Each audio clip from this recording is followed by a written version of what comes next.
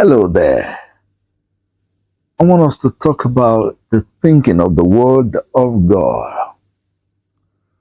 Yes, the opposite of that would be the thinking of the Word.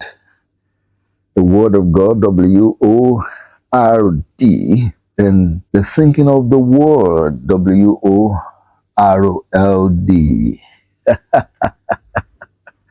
The thinking of the Word of God is what we are supposed to have, we are meant to have as the children of God.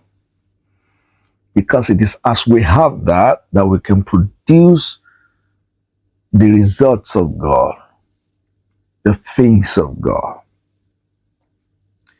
Yes, if we carelessly choose the thinking of the Word, W-O-R-L-D, then we have the result of the world.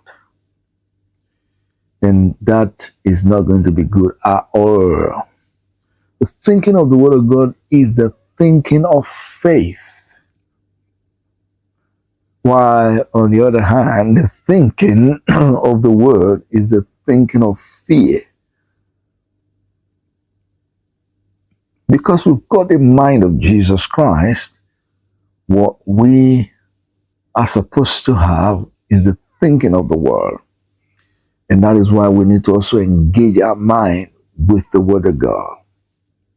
The thinking of the Word of God guarantees the result of God, guarantees the possibilities of God, guarantees miracles, victory. And that is the best. Because the Word of God is the final authority. The Word of God never fails.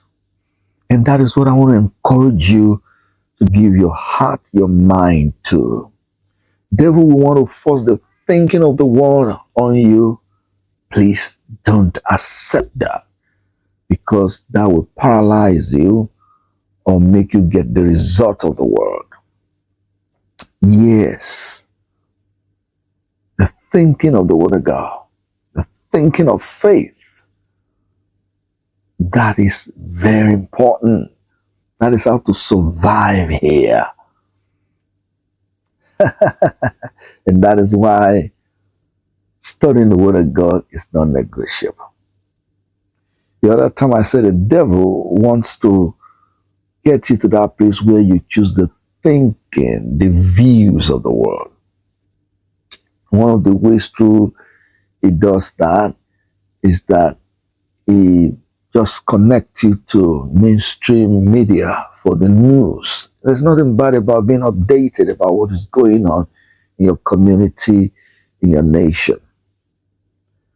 But if that becomes what dominates you above the Word of God, you're getting yourself into serious trouble. Because you just, for 2 hours, stick with the news in the world. You see that it's all about fear, something bad has happened here, earthquake, terrorism, attack, and they're not actually lying. But if you choose to be truthful to yourself, you see that these things can never build up your faith. They continue to instill fear into you, and then your life goes in that direction. But when you give yourself to the Word of God, the Word of God will inject into you faith and courage.